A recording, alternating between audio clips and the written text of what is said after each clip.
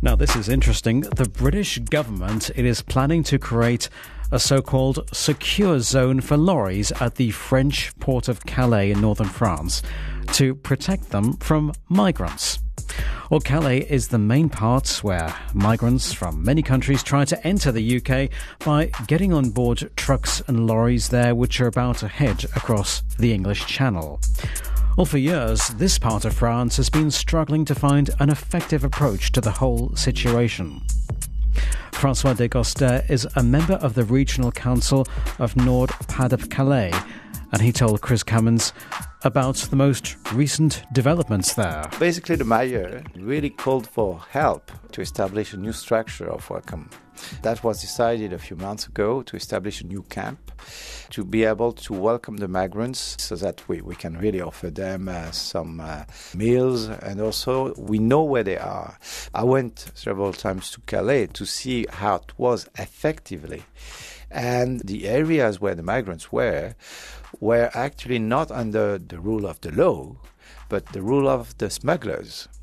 And that was extremely shocking. You could not go anymore to the places where the migrants were welcomed, not by the state, not by the municipality, not by the EU, but by the smugglers. So basically organised crime has got its tentacles into the Pas-de-Calais area. Not only there, I'm quite sure that there's a very large organization from the countries of origin up to the final destination. And I was very interested by a very recent report where it was established that the final destination of the migrants was from very far, even probably from the very start of their journey, the UK. And it has been established that this destination is not the reason why they leave their country. It is after they've left their country, something that is built little by little during the process of migration. This has all caused a bit of a squabble between France and Britain. Britain thinks France isn't doing enough to stop the migrants getting to Britain. France thinks Britain isn't doing enough to help them. That is not the best way to introduce a debate, because we see the debate here as border between two member states.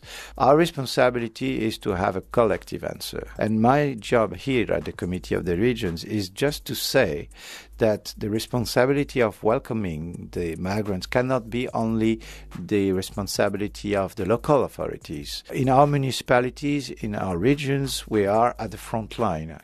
And do you feel that you've been left too alone from, for example, the national government in Paris or the European Union as a whole? Definitely. There is a strange debate between the national governments and the EU. The national government asking for the EU to act, whereas actually the main decision makers of the EU are the national governments when they come here at the Council. So our message here is also stop talking and start acting.